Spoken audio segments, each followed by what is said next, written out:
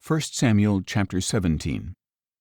Now the Philistines gathered their forces for war at Socoh in Judah, and they camped between Socoh and Azekah in Ephes-dammim. Saul and the men of Israel assembled and camped in the valley of Elah, arraying themselves for battle against the Philistines.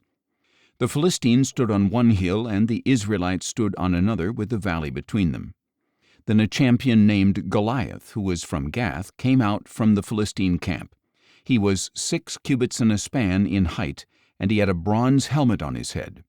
He wore a bronze coat of mail weighing 5,000 shekels, and he had armor of bronze on his legs and a javelin of bronze slung between his shoulders. The shaft of his spear was like a weaver's beam, and its iron point weighed 600 shekels. In addition, his shield-bearer went before him. And Goliath stood and shouted to the ranks of Israel, "Why do you come out and array yourselves for battle? Am I not a Philistine, and are you not servants of Saul? Choose one of your men and have him come down against me. If he is able to fight me and kill me, then we will be your servants. But if I prevail against him and kill him, then you shall be our servants and labor for us." Then the Philistine said, "I defy the ranks of Israel this day. Give me a man to fight." On hearing the words of the Philistine, Saul and all the Israelites were dismayed and greatly afraid. Now David was the son of a man named Jesse, an Ephrathite from Bethlehem of Judah, who had 8 sons in the days of Saul. And Jesse was old and well along in years. The 3 older sons of Jesse had followed Saul into battle. The firstborn was Eliab, the second was Abinadab, and the third was Shammah. And David was the youngest. The 3 oldest had followed Saul, but David went back and forth from Saul to tend his father's sheep in Bethlehem. For 40 days the Philistine came forward every morning and evening to take his stand. One day Jesse said to his son David, "Take this ephah of roasted grain and these 10 loaves of bread for your brothers, and hurry to their camp. Take also these 10 portions of cheese to the commander of their unit. Check on the welfare of your brothers and bring back an assurance from them. They are with Saul and all the men of Israel in the valley of Elah, fighting against the Philistines." So David got up early in the morning, left the flock with the keeper, loaded up, and set out as Jesse had instructed him. He reached the camp as the army was marching out to its position and shouting the battle cry, and Israel and the Philistines arrayed in formation against each other. Then David left his supplies in the care of the quartermaster and ran to the battle line. When he arrived, he asked his brothers how they were doing. And as he was speaking with them, suddenly the champion named Goliath, the Philistine from Gath, came forward from the Philistines and shouted his usual words, which David also heard. When all the men of Israel saw Goliath, they fled from him in great fear. Now the men of Israel had been saying, "Do you see this man who keeps coming out to defy Israel? To the man who kills him the king will give great riches, and he will give him his daughter in marriage, and exempt his father's house from taxation in Israel." David asked the men who were standing with him, "What will be done for the man who kills this Philistine and removes this disgrace from Israel? Just who is this uncircumcised Philistine that he should defy the armies of the living God?" The people told him about the offer, saying, "That is what will be done for the man who kills him." Now when David's oldest brother Eliab heard him speaking to the men, his anger burned against David. "Why have you come down here?" he asked. "And with whom did you leave those few sheep in the wilderness? I know your pride and wickedness of heart. You have come down to see the battle."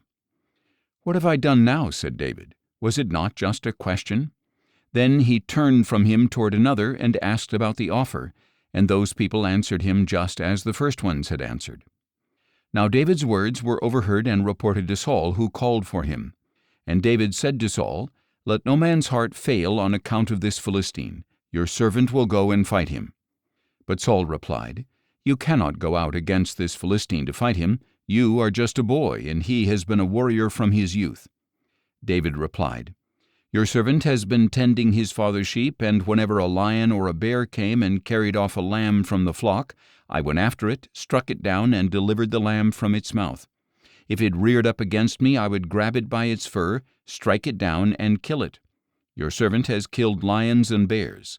This uncircumcised Philistine will be like one of them, for he has defied the armies of the living God." David added, The Lord who delivered me from the claws of the lion and the bear will deliver me from the hand of this Philistine." "Go," said Saul, "and may the Lord be with you." Then Saul clothed David in his own tunic, put a bronze helmet on his head, and dressed him in armor. David strapped his sword over the tunic and tried to walk, but he was not accustomed to them. "I cannot walk in these," David said to Saul. "I am not accustomed to them." So David took them off. And David took his staff in his hand, selected 5 smooth stones from the brook, and put them in the pouch of his shepherd's bag. And with his sling in hand, he approached the Philistine. Now the Philistine came closer and closer to David, with his shield-bearer before him. When the Philistine looked and saw David, he despised him because he was just a boy, ruddy and handsome. "Am I a dog," he said to David, "that you come at me with sticks?" And the Philistine cursed David by his gods. "Come here," he called to David, "and I will give your flesh to the birds of the air and the beasts of the field." But David said to the Philistine, "You come against me with sword and spear and javelin, but I come against you in the name of the Lord of hosts, the God of the armies of Israel, whom you have defied. This day the Lord will deliver you into my hand. This day I will strike you down, cut off your head, and give the carcasses of the Philistines to the birds of the air and the creatures of the earth. Then the whole world will know that there is a God in Israel, and all those assembled here will know that it is not by sword or spear that the Lord saves. For the battle is the Lord's, and he will give all of you into our hands." As the Philistine started forward to attack him, David ran quickly toward the battle line to meet him. Then David reached into his bag, took out a stone, and slung it, striking the Philistine on the forehead. The stone sank into his forehead, and he fell face down on the ground. Thus David prevailed over the Philistine with a sling and a stone. Without a sword in his hand, he struck down the Philistine and killed him. David ran and stood over him. He grabbed the Philistine's sword and pulled it from its sheath and killed him, and he cut off his head with a sword. When the Philistines saw that their hero was dead, they turned and ran. Then the men of Israel and Judah charged forward with a shout and pursued the Philistines to the entrance of Gath and to the gates of Ekron. And the bodies of the Philistines were strewn along the Shaharaim road to Gath and Ekron.